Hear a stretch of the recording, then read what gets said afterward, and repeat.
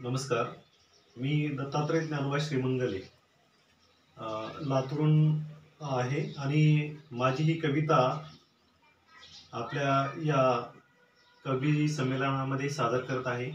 आणि या कवितेचा मूळ गाभा निसर्गाच्या प्रती असलेलं प्रेम या बाबतीतलं आहे. आणि या कवितेचं शीर्षक आहे जायबंद करून घेते पाकळी. गुंतून घेतले कळ्यांनी फुलण्यास त्या पाकळ्यांनी. गुंतून घेतले कळ्यांनी फुलण्यास त्या पाकळ्यांनी. नाद का करतोस भ्रमरा फिरतोस का तू फुलातून. नाद का करतोस भ्रमरा फुलतोस का फुलातून.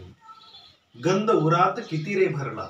गंध उरात किती रे भरला. बेभान होऊन का फिरला. बेभान होऊन का फिरला.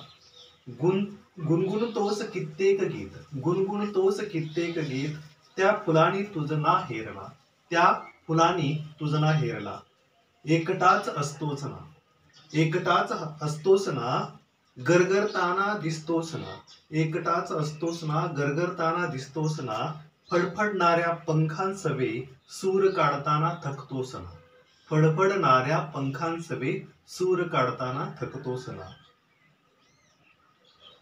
कवितेच्या शेवटाकडे जातो. सूर असतो की हर्षतो. सूर असतो की हर्षतो. फुलास केल्याचा स्पर्श तो. सूर असतो की हर्षतो. फुलास केल्याचा स्पर्श तो. अजब आहे बा प्रीत निराळी. अजब आहे बा प्रीत निराळी. जायबंद करून घेते पाकळी. जायबंद करून घेते पाकळी.